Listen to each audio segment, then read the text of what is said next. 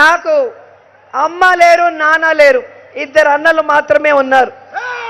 మా అమ్మ నాన్న ఇచ్చింది నాకు ఇద్దరు అన్నలు అయితే, భగవంతుడు నాకు ఇచ్చింది మూడో అన్న జగనన్న. ఆ జగనన్న ఒక చెల్లిగా ఈరోజు ప్రతి సమయంలో కూడా నాకు అండగా ఉంటూ, నాకు ఆశీర్వదిస్తూ, ఈ నగిరి కోసం నేను చేసే ప్రతి అభివృద్ధి కార్యక్రమానికి, సంక్షేమ కార్యక్రమానికి అడిగింది లేదనకుండా ఇవ్వటం అనేది మీరందరూ గమనిస్తూనే ఉన్నారు. ఈరోజు నా అన్న తమ్ముల గురించి ఇక్కడున్న తెలుగుదేశం పార్టీ అభ్యర్థి, అలాగే గతంలో వచ్చిన లోకేష్, చంద్రబాబు నాయుడు, కాంగ్రెస్ నుంచి వచ్చిన షర్మిలమ్మ, ఎవరు చూసినా ఒకే స్క్రిప్ట్ జిరాక్స్ తీసుకొని వచ్చి మాట్లాడారు. అన్నలు దోచేసుకుంటున్నారు, అన్నలు దోచేసుకుంటున్నారని.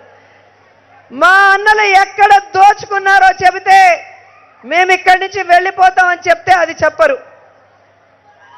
ఈరోజు ఒక్కటే ప్రజలకు చెప్తున్నా, ఎలా అయితే రాష్ట్రంలో జగనన్న ప్రజల కోసం కష్టపడుతుంటే అన్న మీద నిందలు వేస్తున్నారో, నగిరి నియోజకవర్గంలో రౌండ్ ద క్లాక్ 24 hours ఇక్కడ ఉండి పనిచేస్తున్న నా మీద ప్రతిపక్షాలే కాకుండా స్వపక్షంలో ఉన్న వెన్నుపోటుదారులు కూడా ఏ విధంగా నిందలు వేసి కుట్రలు కుతంత్రాలు పన్ని ఈరోజు ముసుగులు తీసి బయటకు వచ్చారో మీ అందరూ కూడా గమనించారు. ఈ పార్టీలో రాష్ట్ర స్థాయి పదవులు పొంది ఆర్థికంగా సంపాదించుకొని కుటుంబాలు ఎదిగి ఈరోజు జగనన్న ముద్దు రోజమ్మ వద్దు అంటూనే జగనన్నకి వెన్నుపోటు పొడిచిన ఆ వెన్నుపోటు దారులని బుద్ధి వచ్చేలాగా వారి వారి మండలాల్లో జగనన్నకి అండగా నిలబడి ఫ్యాన్ గుర్తుకు ఓటేసి అన్న బాగుంటే రాష్ట్రం బాగుంటుంది, అన్నతో పాటు ఇక్కడ నేను బాగుంటే నగరి నియోజకవర్గం బాగుంటుంది అన్నది గుర్తుపెట్టుకొని పని చేయాలని కూడా కోరుకుంటున్నాను. ఇక రెండో విషయం, ఎవరికి ఓటేయాలి అన్నప్పుడు ఇద్దరు అభ్యర్థులను చూస్తారు. తెలుగుదేశం పార్టీ అభ్యర్థి భానుప్రకాష్, వైఎస్ఆర్సీపీ అభ్యర్థి ఆర్కే రోజా. ఈరోజు ఆర్కే రోజా అని చూస్తే ఒక ఫేమస్ సినిమా ఆర్టిస్ట్గా ఉన్నా కూడా ప్రజా సేవ చేయాలన్న ఆలోచనతో ఆ లైఫ్ పక్కన పెట్టి ఈ నియోజకవర్గంలో ఇల్లు కట్టుకొని ప్రజలకి అందుబాటులో ఉంటూ ప్రజలని కన్న బిడ్డల్లా చూసుకుంటూ జగనన్న ఇచ్చే సంక్షేమం అభివృద్ధే కాకుండా నా చారిటబుల్ ట్రస్ట్ ద్వారా కూడా అనేక సేవా కార్యక్రమాలు చేయడం జరిగింది. ఈరోజు మీరు చూస్తే ఈ మున్సిపాలిటీలో ఎన్ని అభివృద్ధి కార్యక్రమాలు చేశారో మీరు చూశారు. అలా ప్రతి మండలంలో కూడా అభివృద్ధి కార్యక్రమాలు చేశాం. ఒక చెడ్డ పేరు లేకుండా, ఒక నాయకుడి దగ్గర ఒక్క రూపాయి తీసుకోకుండా ఈరోజు అందరినీ సొంత బిడ్డల్లాగా చూసుకుంటూ వస్తున్నా నేనెక్కడ. తెలుగుదేశం పార్టీ అభ్యర్థి ఈ భానుప్రకాష్ తండ్రిని చంపాడు అని నేను అనలేదు, వాళ్ళ అమ్మ సరస్వతమ్మ అనింది.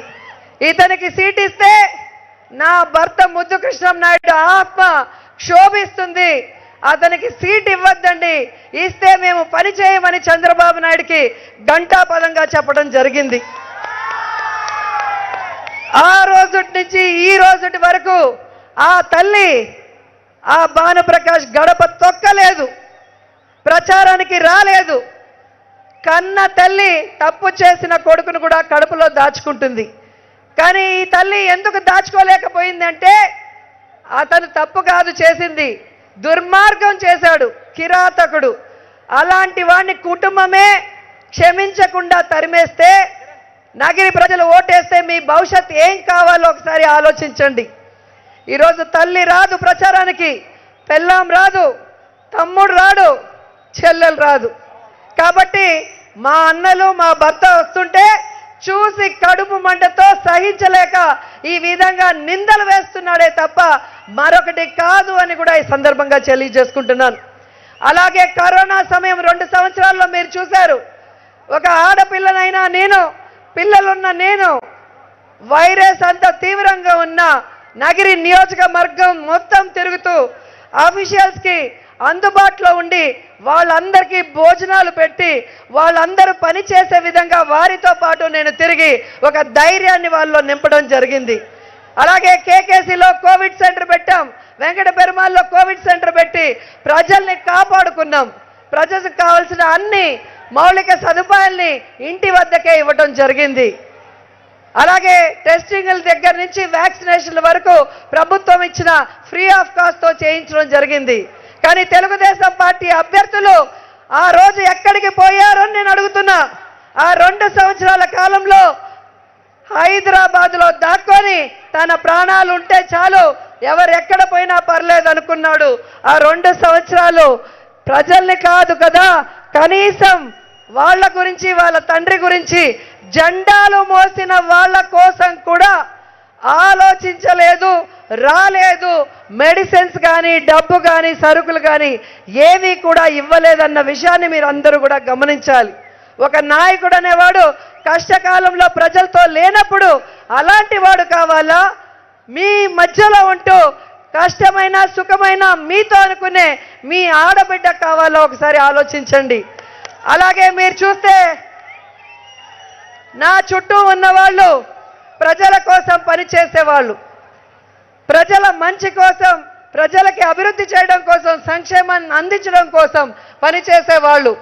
కానీ భానుప్రకాష్ చుట్టూ ఉండే వాళ్ళు ఎలాంటి వాళ్ళు?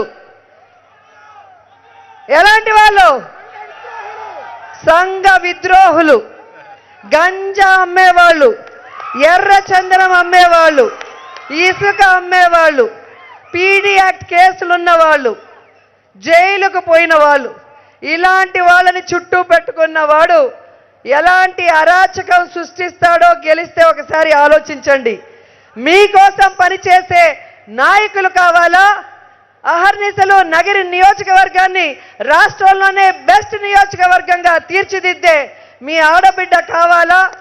లేదా నగిరి నియోజకవర్గాన్ని ఎర్ర చందన స్మగ్లింగ్ కి, డ్రగ్స్ కి అడ్డాగా మార్చే భానుప్రకాష్ కావాలనేది మీరే నిర్ణయించుకోవాలి. సో మీకోసం అహర్నిశలు పనిచేసే జగనన్నకి నాకు అండగా ఉండాలి అంటే ఎలాగైతే మీటింగ్ అవ్వగానే ఇంటికి పోతే మీ వేలు ఆటోమేటిక్గా ఫ్యాన్ స్విచ్ మీదకి వెళ్తుంది. ఎందుకు? చల్లగా గాలొస్తే సుఖంగా ఉంటుందని. అలాగే మీరు పోలింగ్ బూత్లోకి వెళ్ళగానే ఈవీఎం మీద 3వ నంబర్లో నా ఫోటో ఉంటుంది, ఆర్కే రోజా అని ఉంటుంది, ఫ్యాన్ గుర్తని ఉంటుంది.